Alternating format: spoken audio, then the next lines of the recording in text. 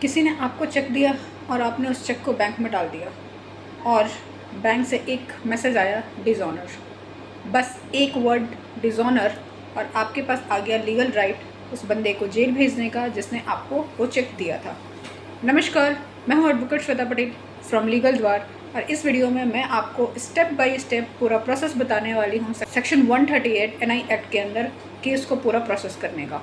इस वीडियो को लास्ट तक ज़रूर देखिएगा क्योंकि इसमें मैं वो 3 गलतियाँ बताने वाली हूँ जो अधिकतर लोग करते हैं। और चेक बाउंस कोई एक सिंपल बैंकिंग प्रॉब्लम नहीं है, ये एक क्रिमिनल ऑफेंस होता है सेक्शन 138 एनआई एक्ट के तहत। इसमें जो क्राइम करता है, मतलब जिसने चेक बाउंस करवाया है, उसको मिल सकती है 2 साल की जेल या फिर आपने जो चेक अमाउंट आपको मिला है उसका डबल अमाउंट का फाइन या फिर दोनों। लेकिन ये तभी अप्लाई होता है जब आप 3 कंडीशंस को फुलफिल करते हैं। पहली कंडीशन, चेक को किसी लीगल डेब्ट या लायबिलिटी के लिए दिया गया हो और इस लायबिलिटी को प्रूफ करने की जिम्मेदारी आपकी होती है। दूसरा, चेक 3 मंथ्स के अंदर, जो चेक डेट होती है उसके 3 मंथ्स के अंदर बैंक में डिपॉजिट किया गया हो तभी होता है। और तीसरा पॉइंट, बैंक ने चेक को रिटर्न किया हो बिकॉज ऑफ इनसफिशिएंट फंड या फिर अकाउंट क्लोज होने की वजह से। अगर ये तीनों चीज़ें आपके केस में फुलफिल हो रही हैं तो आपका केस स्ट्रॉन्ग है, आप आगे। आपका चेक बाउंस हो गया, अब करना क्या है? सबसे पहली चीज़, जैसे ही बैंक से आपको चेक बैंक का मेमो मिले वैसे ही आप लीगल नोटिस भेजिए। बैंक मेमो मिलने के 30 डेज़ के अंदर लीगल नोटिस भेजना इम्पॉर्टेंट होता है। अगर आप लीगल नोटिस नहीं भेज पाते हैं किसी भी रीज़न की वजह से तो आप कोर्ट में खड़े ही नहीं हो सकते। कोर्ट में आपका केस नहीं जा सकता है, वहीं पर आप हार जाते हैं। अब नोटिस में भी 3 चीज़ें होनी चाहिए। पहला, नोटिस रजिस्टर्ड पोस्ट या स्पीड पोस्ट से भेजें जिसमें पोस्ट की रिसिप्ट मिलती है, वो आप अपने पास ज़रूर संभाल के रखिए। दूसरा, चेक नंबर, चेक की डेट, बाउंस की डेट और अमाउंट, ये सारी चीज़ें नोटिस के अंदर प्रॉपरली मेंशन होनी चाहिए। तीसरा, सामने वाले को आप उस नोटिस के जरिए 15 दिन का रीपेमेंट का टाइम देते हैं ताकि 15 दिन में वो बंदा आपको रीपे कर सके। अगर उन्होंने आपको पे कर दिया तो केस वहीं पर ख़त्म हो जाता है। अदरवाइज़ आप नेक्स्ट लेवल यानी कि आप जुडिशियल मजिस्ट्रेट या मेट्रोपॉलिटन मजिस्ट्रेट, जो भी आप जिस भी शहर में रहते हैं, जब आप कोर्ट जाते हैं तो आपको कुछ डॉक्यूमेंट्स अपने साथ लेकर जाना बहुत इंपॉर्टेंट होता है कंप्लेन फाइल करने के लिए। पहला, आपकी जो भी चेक है उसकी ओरिजिनल कॉपी। कोर्ट में कभी भी डुप्लीकेट या फोटोकॉपी नहीं लगती है, चेक की ओरिजिनल कॉपी लगती है। दूसरा, जो आपने लीगल नोटिस भेजा था उसकी रिसिप्ट। तीसरा, बैंक का मेमो। जब आपका चेक रिटर्न आता है तो उसके साथ एक बैंक मेमो भी होता है जिसमें रीज़न लिखा होता है कि किस रीज़न की वजह से वो आपका जो चेक है वो बाउंस हुआ है, तो वो बैंक मेमो की ओरिजिनल कॉपी भी आप अपने साथ लेकर जाएंगे। इसके अलावा 4th पॉइंट और सबसे इम्पॉर्टेंट चीज़, वो जो चेक आपको मिला था उसकी लायबिलिटी क्या है, उसका एविडेंस क्या है, उस बंदे को क्यों आपको वो पैसा देना था, उसका एविडेंस आप अपने साथ लेकर जाएंगे।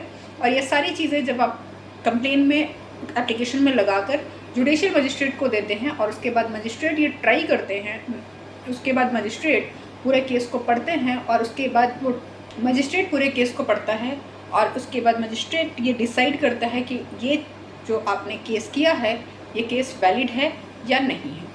अपार्ट फ्रॉम दैट, उसके बाद कोर्ट का प्रोसेस शुरू होता है। कोर्ट में क्या होता है, जब आपका केस डिसाइड हो गया कि हाँ आपका पैसे की लायबिलिटी बनती थी, तो उसके बाद कोर्ट जो है वो अपोजिट पार्टी को नोटिस भेजेगी, सम्मन भेजेगी उनको कोर्ट में प्रेजेंट होने की।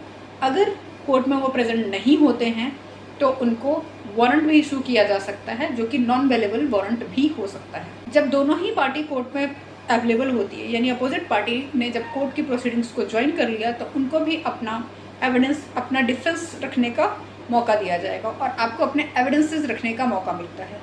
ये दोनों को देखने के बाद और दोनों ही तरफ के एडवोकेट्स की हियरिंग को सुनने के बाद जज डिसाइड करते हैं कि केस किसके फेवर में जाता है। अगर कन्विक्शन होती है तो कन्विक्शन से, यानी जो क्रिमिनल बंदा है उसको 2 साल तक की जेल या फिर चेक अमाउंट का डबल अमाउंट या फिर दोनों एज अ पेनल्टी दी जा सकती है। अब बात करते हैं उन 3 गलतियों की जो कि मैंने आपको बताया था कि जिसकी वजह से केस ख़त्म हो जाता है।